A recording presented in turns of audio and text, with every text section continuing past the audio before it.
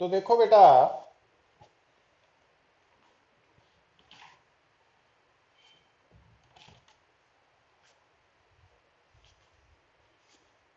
yesterday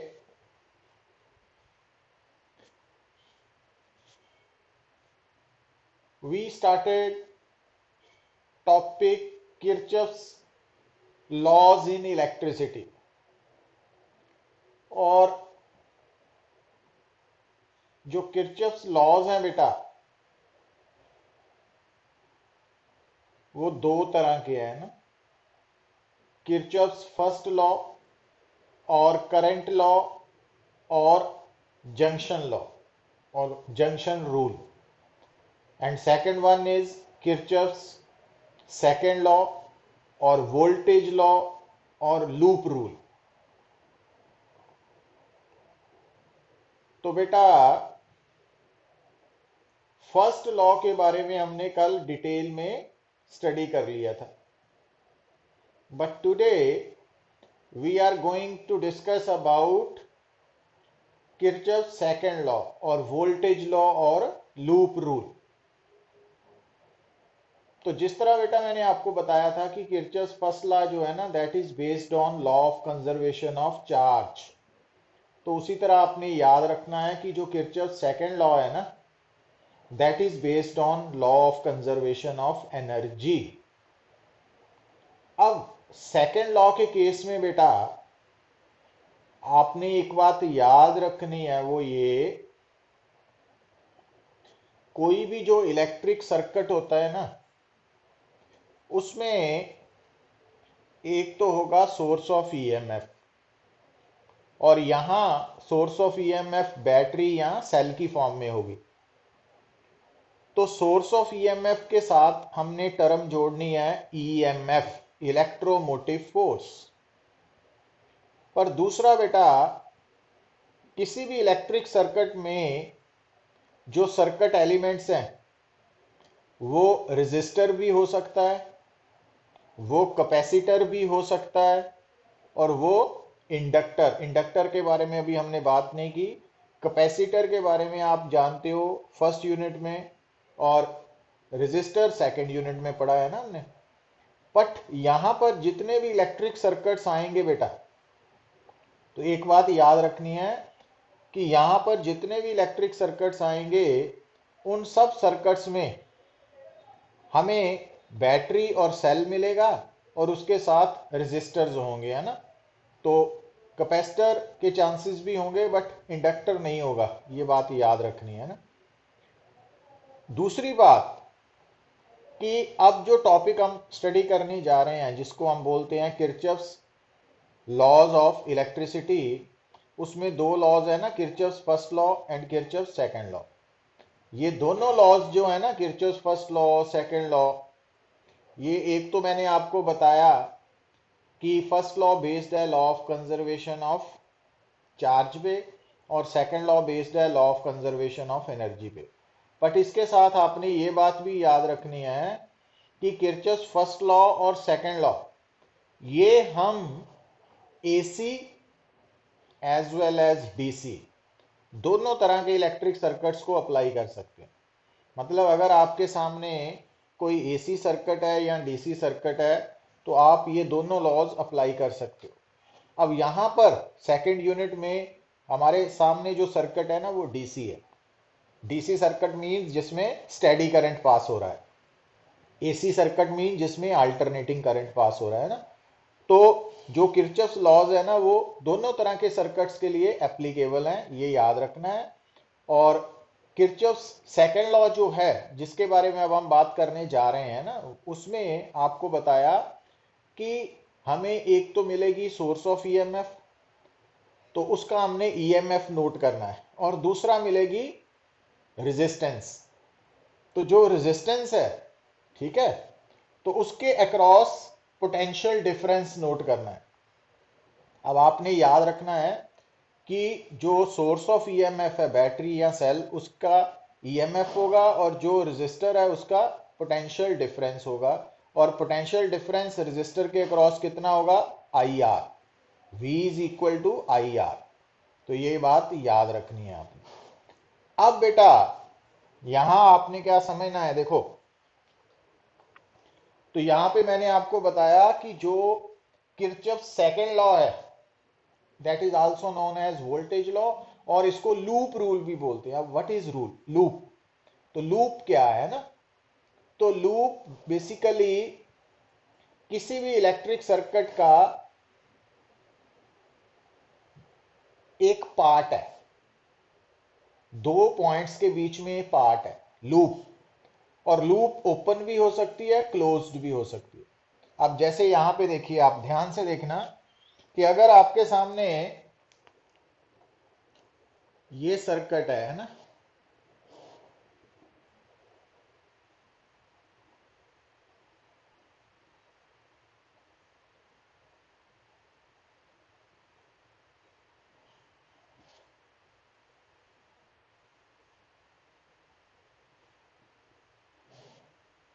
तो ऐसे एक सर्किट है, कोई भी जनरल बात कर रहा हूं मैं। अब इसका ईएमएफ E1 है, E2 है, E3 है, E4 है, R1 है, R2 है, R3 है, R4 है, R5 है, A B C D E F।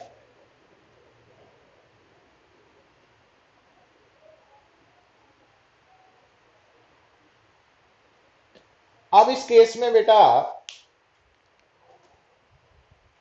जो लूप वर्ड है, तो जैसे हम यहां पे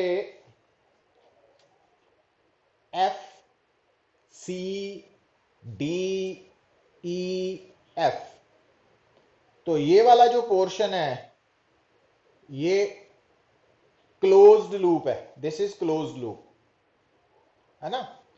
ए बी सी एफ ए, ये भी क्लोज्ड लूप है। A B C D E F A, ये भी क्लोज्ड लूप है ना। तो आप किसी भी सर्किट में नंबर ऑफ वेज हैं लूप को सिलेक्ट करने के ना, अलग अलग लूप ले सकते हो आप, और ये क्लोज्ड है।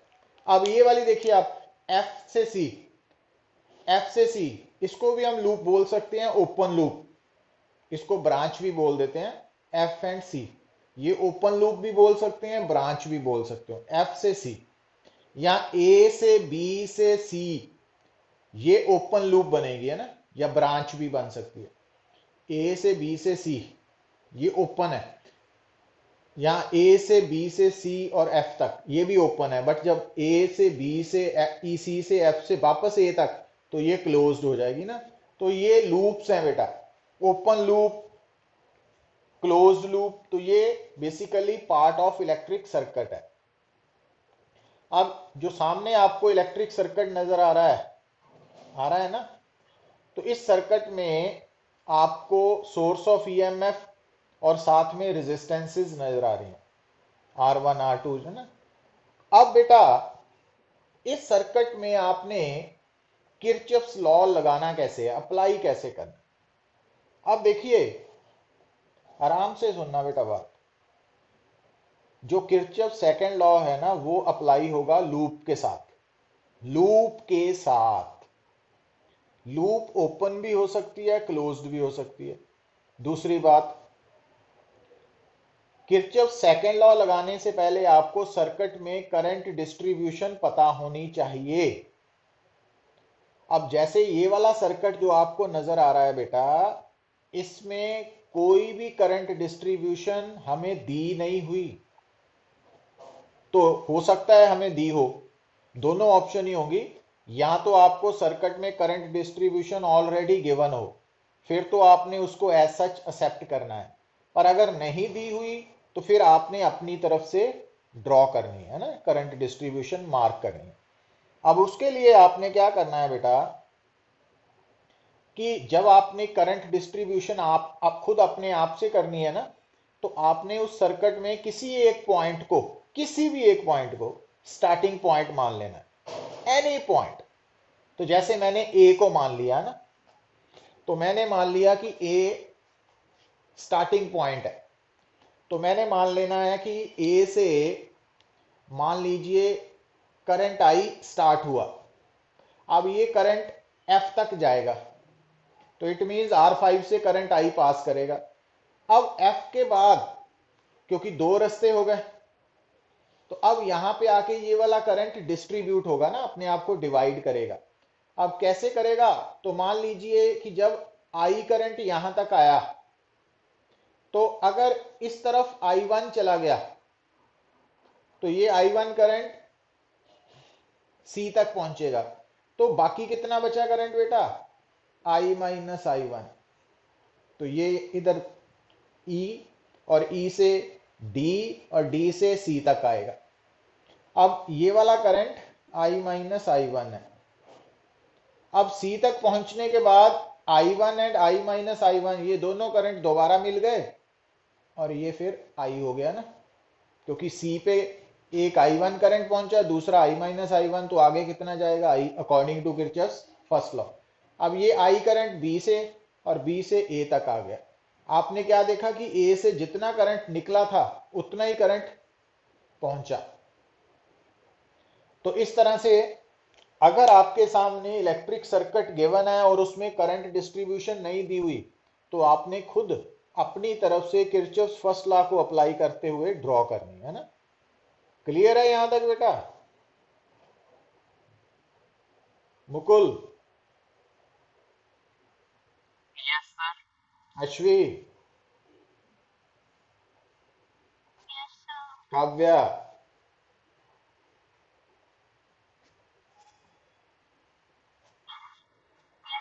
Navroz, yes sir. Harsh, yes sir. तो ये तो हो गया बेटा कि आपके सामने करंट हिस्ट्री। अब आपने जो किरचॉफ सेकंड लॉ अप्लाई करना है ना, वो लूप में होगा बेसिकली। अगर मान लीजिए मेरे सामने ये सर्किट है ना, अगर आप दिमाग में पूछोगे, क्वेश्चन अराइज होना चाहिए कि हमने किरचॉफ सेकंड लॉ अप्लाई क्यों करना है, ये करंट डिस्ट्रीब्यूशन क्यों की। तो मीन्स आपको ये डायग्राम दी हुई है, सर्किट डायग्राम, उससे पूछा गया कि आप एफ से सी, जो एफ से सी के बीच में ब्रांच नजर आ रही है ना आपको, एफ सी ब्रांच, इसमें करंट कैलकुलेट करिए। तो इसका मतलब आपने I1 करंट बताना है ना। दूसरा वो ये भी कह सकता है कि एफ सी ब्रांच, एफ और सी के बीच में पोटेंशियल डिफरेंस भी फाइंड आउट करिए। तो अब इस सब के लिए एक तो मेथड है ना कि आप देखिए कि कुल कितनी पोटेंशियल टोटल ईएमएफ है। अब क्योंकि यहां पर आपको जो बैटरीज या सेल्स नजर आ रहे हैं ना, उसमें पता ही नहीं चल रहा कि कौन सीरीज में है कौन पैरेलल में है, कैसे है ना। दूसरा बेटा कि रेजिस्टेंस के बारे में भी यही बात आ रही है ना। तो इसका मतलब ये हो गया कि जो ये सर्किट है ये सीरीज पैरेलल कॉम्बिनेशन से सॉल्व नहीं होगा ना। तो मतलब किसी भी सर्किट को, चाहे वो सिंपलेस्ट सर्किट है और चाहे वो कॉम्प्लेक्स सर्किट है, कॉम्प्लेक्स, सिंपल से कॉम्प्लेक्स तक कोई भी इलेक्ट्रिक सर्किट है ना, वो किरचॉफ्स लॉज को अप्लाई करके सॉल्व किया जा सकता है। तो ये बात माइंड में रखनी है ना। पर जहां पर बेटा हमें सीरीज पैरेलल कॉम्बिनेशंस मालूम हो, वहां पे हम इनको अवॉइड करते हैं, क्योंकि जब Kirchhoff's first second law apply करते हैं ना, तो वहां पे हमें इक्वेशंस बनानी पड़ेंगी, उनको सॉल्व करना पड़ेगा साइमल्टेनियस इक्वेशंस को, तो टाइम कंज्यूमिंग है ना। तो पर अगर हमें कोई ऑप्शन नहीं है, नजर नहीं आ रही, तो Kirchhoff's first law second law जो है ना, ये हमें हर मुसीबत से बाहर निकालेंगे इलेक्ट्रिक सर्किट को सॉल्व करने में।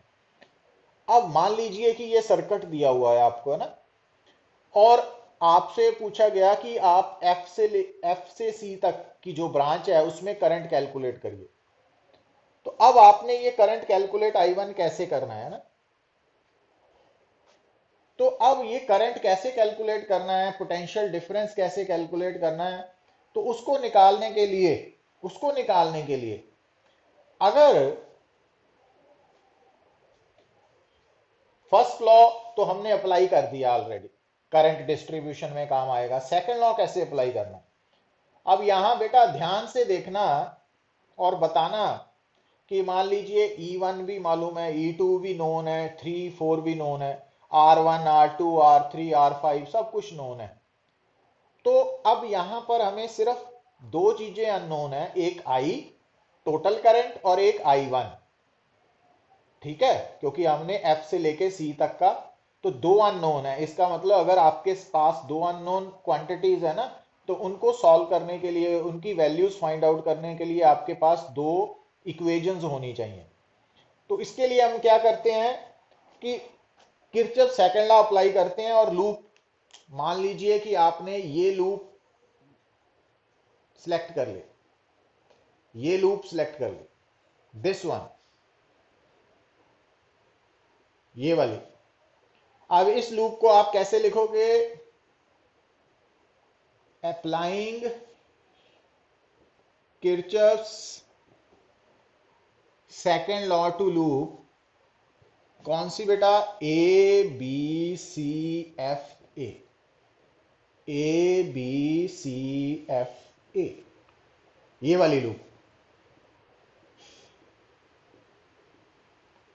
अब ए जो लूप है ना, उसमें हम ए से पहले बी की तरफ जाएंगे और बी से सी की तरफ, सी से एफ की तरफ, एफ से ए की तरफ।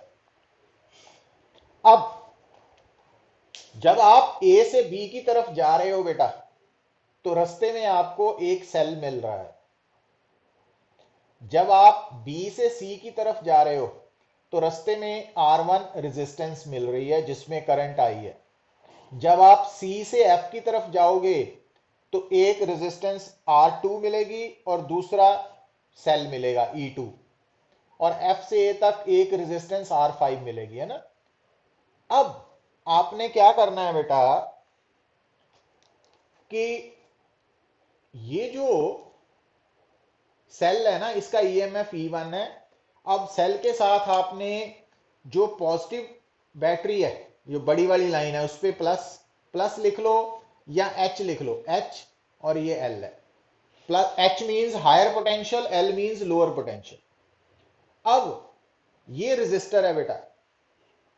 जब आपने सेल के साथ डील करना है ना, तो आपने H और L कैसे लिखना है? बड़ी लाइन छोटी लाइन के अकॉर्डिंगली। पर जब आपने रजिस्टर की बात करनी है, तो रजिस्टर के दोनों एंड्स पे आपने H और L लिखना है, पर करंट की डायरेक्शन के अकॉर्डिंगली। अब यहां पे मैं स्ट्रेस दे रहा हूं, जब आपके सामने सेल या बैटरी है, तो आपने H और L लिखना है ना। ये आपके लिए कन्वीनियंस रहेगा ना, कन्वीनियंट होगा आपको H और L लिखना। तो जब आपने H और L लिखना है सेल के अक्रॉस, तो आपने करंट की डायरेक्शन की तरफ बिल्कुल ध्यान नहीं देना, करंट जैसे मर्जी हो। आपने सिर्फ सेल की बड़ी लाइन H, छोटी लाइन L। पर जब आपने रजिस्टर के अक्रॉस H और L लिखना है ना, तो आपने करंट की डायरेक्शन पे ध्यान देना है। किसी भी रजिस्टर में जो करंट की डायरेक्शन है वो हायर टू लोअर पोटेंशियल होती है। तो इसका मतलब इस रजिस्टर के लिए ये H है, ये L है, ये H है, ये L है, ये H है, ये L है, ये H है, ये L है, क्योंकि इसमें करंट नीचे है ना। तो एच एल आ गया ना। H means higher potential, L means lower potential. अब इसका फायदा क्या होगा बेटा? तो अब इसका फायदा बताने से पहले पहले हम सेकंड लॉ के बारे में तो बात कर लें। तो जो किरचॉफ सेकंड लॉ है ना, वो law of conservation of energy पे बेस्ड है, और उसकी स्टेटमेंट है कि किसी भी क्लोज्ड लूप के अंदर जो पोटेंशियल डिफरेंसेस हैं, उनका सम हमेशा जीरो होगा। किसी भी क्लोज्ड सर्किट के अंदर, क्लोज्ड लूप के अंदर जितने भी पोटेंशियल डिफरेंस हैं, उनका सम जीरो होगा, अलजेब्रिक सम जीरो होगा। अब जब मैं पोटेंशियल डिफरेंसेस बोलता हूं ना, algebraic sum of all the potential differences in a closed loop is zero. तो उस केस में बेटा, उस केस में ईएमएफ भी इंक्लूडेड है, मींस ईएमएफ भी पोटेंशियल डिफरेंस में ही आ रहा है। तो ये बात याद रखनी है। तो इसकी स्टेटमेंट है, in a closed loop the algebraic sum of all the potential differences, bracket में लिख सकते हो इंक्लूडिंग ईएमएफ, इज जीरो। अब इस बात को अप्लाई कैसे करना है? अब अल्जेब्रिक सम का मतलब है प्लस माइनस साइन लेके चलना है आपने। अब जैसे आपने फर्स्ट लॉ के केस में सीखा था कि जो करंट्स जंक्शन की तरफ जा रहा है वो पॉजिटिव लेना है, जो दूर जा रहा है वो है ना माइनस लेना है। अब उसी तरह से आपने बेटा याद रखना है कि किसी भी क्लोज्ड लूप में जो ईएमएफ है या पोटेंशियल डिफरेंस है, तो पॉजिटिव कौन सा लेना है, नेगेटिव कौन सा लेना है। तो उसके लिए जब आप सर्किट में घूमोगे, अब जैसे इस सर्किट में हम ए से बी जा रहे हैं ना, तो रास्ते में जो सेल आ रहा है, तो पहले आपको सेल का एच मिल रहा है, फिर एल मिल रहा है।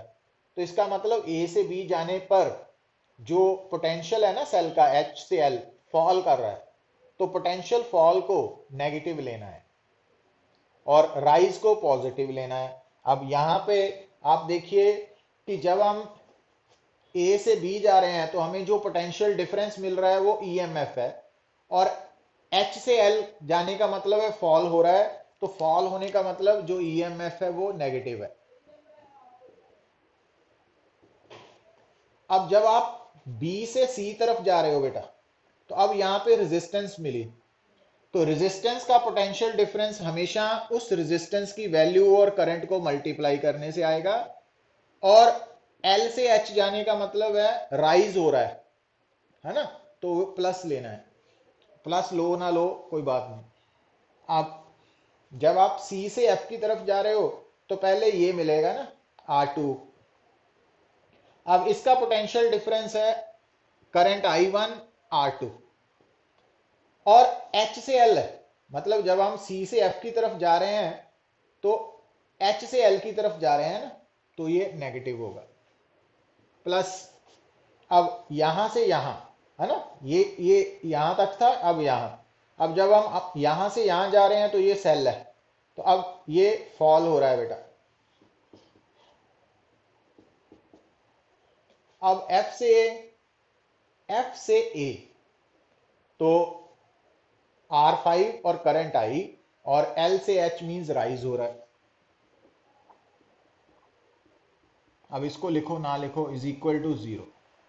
ये एक इक्वेशन बन गई आपकी ना।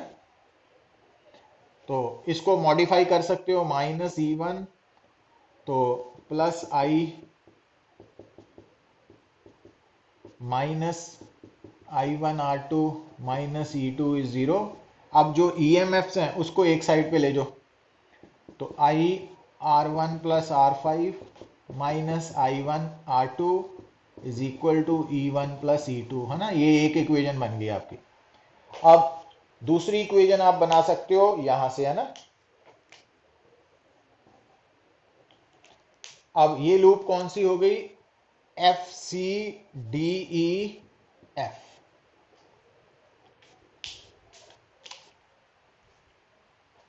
FCDEF ये लूप हो गई है ना।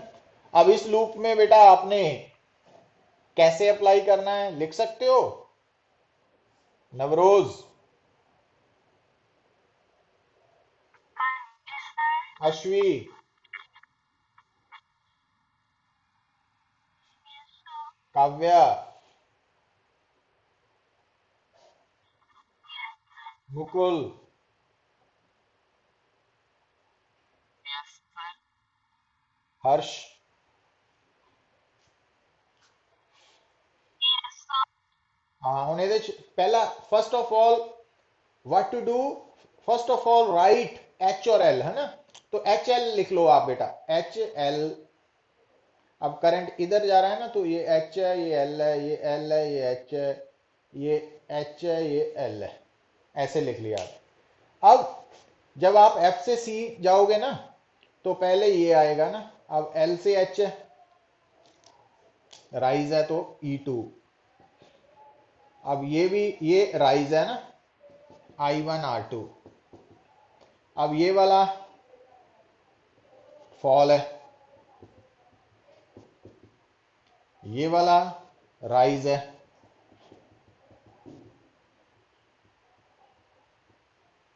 ये वाला राइज है, ये वाला राइज है।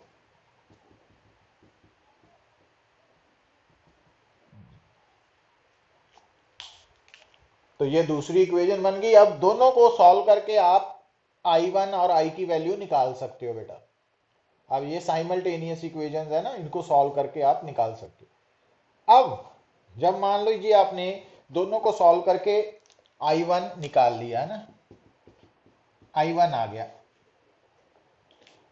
तो अगर I1 की वैल्यू पॉजिटिव आई बेटा, तो उसका मीनिंग है कि आपने जो माना था कि I1 करंट F से C की तरफ जा रहा है, तो वो वही हो रहा है, एक्चुअली भी वही है। पर अगर मान लीजिए सॉल्व करने के बाद I1 की वैल्यू नेगेटिव आ जाए, तो उसका मतलब है कि जो I1 करंट है वो एक्चुअली C से F की तरफ जा रहा है, F से C की नहीं। पर वो दोबारा नहीं स्टार्ट करना, वो ये सिग्निफाई कर रहा है नेगेटिव साइन। और अब अगर पूछा जाए कि F और C के बीच में पोटेंशियल डिफरेंस निकालिए, है ना। अब यहां ध्यान देना बेटा, एफ और सी के बीच में हमने ये वाला रास्ता चूज कर लिया, ये वाला C F I1 E2 R2 I1 LH, है ना, LH। अब ये बेटा ओपन लूप है, एफ से सी तक ओपन लूप है ना। तो जब हम किरचॉफ सेकंड लॉ को अप्लाई करते हैं, कहां, क्लोज्ड लूप में, तो जितने भी पोटेंशियल डिफरेंसेस हैं उनका अलजेब्रिक सम जीरो आएगा, इंक्लूडिंग ईएमएफ।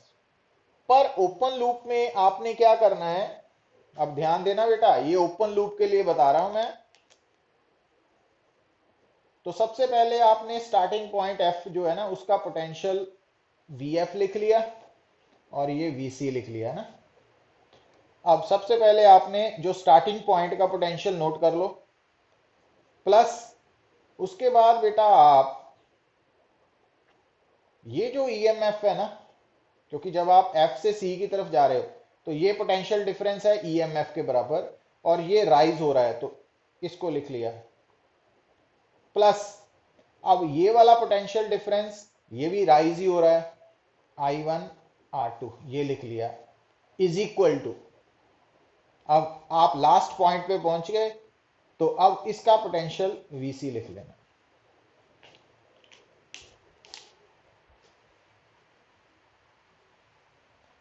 अब VF minus VC is equal to कितना हो गया, VF minus VC is equal to minus E2 minus I1 R2। तो अब आपने, है ना, minus E2 minus I1 R2, इसमें वैल्यू सब्स्टिट्यूट करके सॉल्व करके आपने आंसर निकाल लेना। तो इस तरह से आपने ये जो मतलब सॉल्व करना है इसको ना, इक्वेशन को सॉल्व करना है। तो ये है रिगार्डिंग किरचॉफ सेकंड लॉ की स्टेटमेंट, और लिखना किसको किस तरह से है और कहाँ पे ज़रूरत होगी हमें, और ये किस कंसेप्ट पे बेस्ड है, law of conservation of energy. तो यहाँ तक कोई डाउट बेटा जी?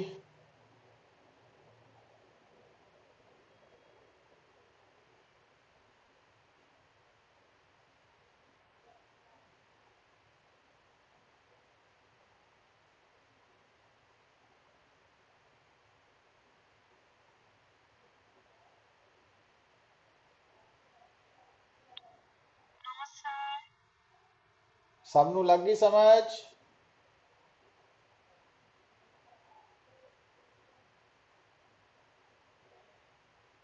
सो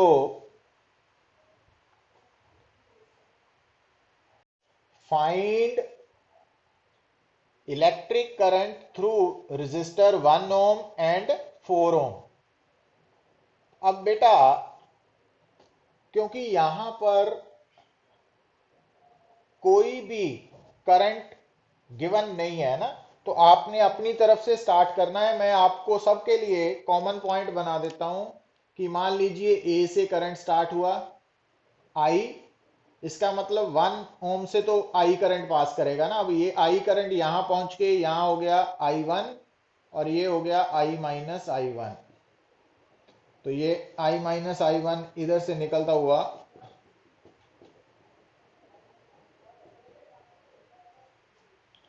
अब बेटा ये हो गया पहला पार्ट है ना।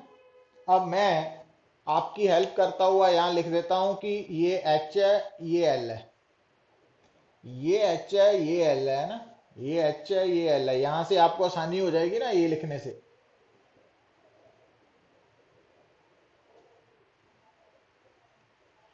ऐसे लिख दिया। अब मैं आपके लिए लूप भी सिलेक्ट कर देता हूं ना। ए बी सी एफ ए, और दूसरी F C D E F. तो ये दो इक्वेशंस अपने आप लिख के देखो बेटा। लिख सकते हो?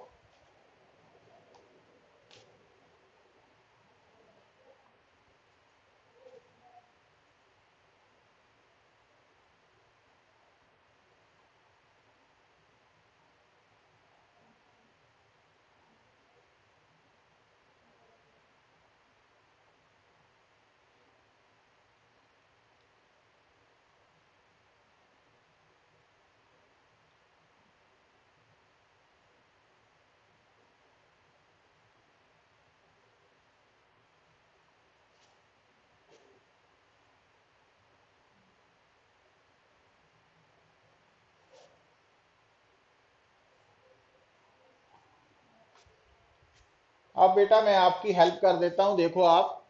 अब ए से बी तक फॉल है ना, ईएमएफ, तो -5। अब बी से सी तक राइज है, 2i।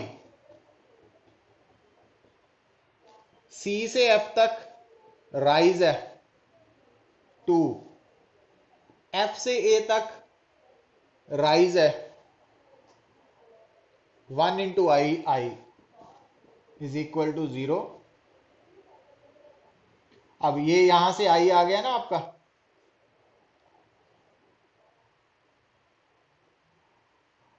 ये 3i -3 है, उधर जाके 3 हो गया, तो I is equal to 1।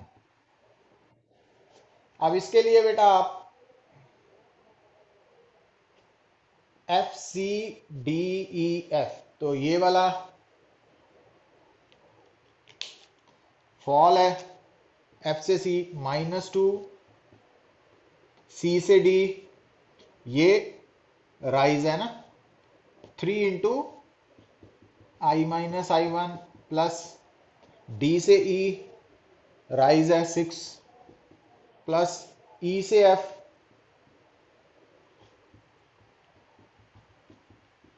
Is equal to 0। अब आई 1 एम्पियर है, तो यहां से i1 निकालिए बेटा।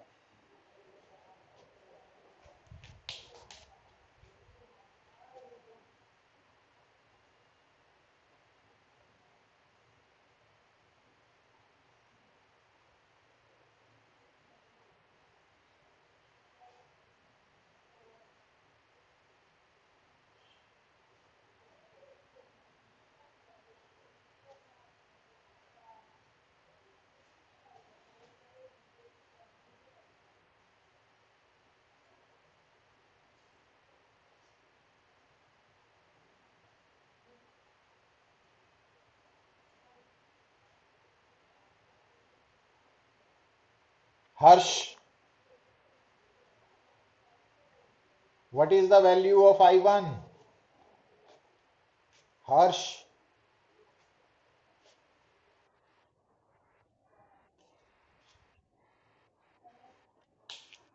अश्वी,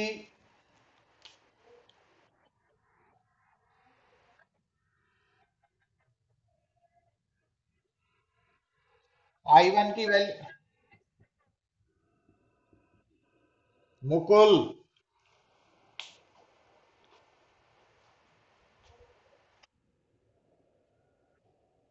मुकुल,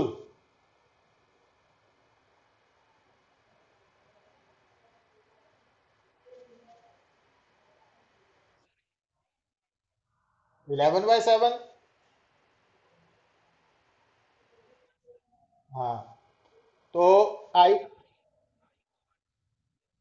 आई वन ही लेना बेटा, वो निकल चुकी है, वही लेना। तो आई वन भी आ गई है ना। नाउ थानू बेटा जो पूछा गया सी वो की सी कि find the current through 1 ohm and 4 ओम।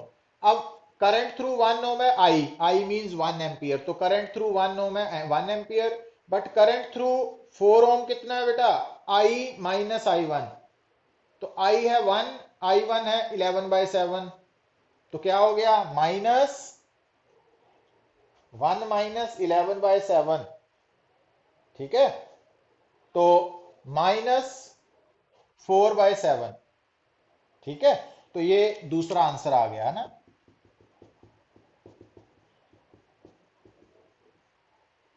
अब बेटा इसका सेकंड पार्ट भी कर लो, राइट द सेकंड पार्ट। अब मान लीजिए आपसे पूछा जाए second part, B part, find the potential difference between F and B. F और बी के बीच में है ना, पोटेंशियल डिफरेंस निकालना है। अब ध्यान देना बेटा, अब देखो एफ से बी तक आप, एफ से बी तक इधर से इधर ऐसे भी जा सकते हो, है ना, ऐसे। अगर आप एफ से बी तक ऐसे जा रहे हो तो मान लीजिए इसका पोटेंशियल है वी एफ, इसका है वी बी, है ना। अब यहां से स्टार्ट हो रहा है बेटा वी एफ। अब ये ईएमएफ क्या है, 2 वोल्ट तो है बट फॉल हो रहा है ना, -2। अब सी से लेके बी तक पोटेंशियल डिफरेंस है ये वाला, I into two, 2 I, but I one है, तो 1 इंटू 2 2। ये भी फॉल है ना,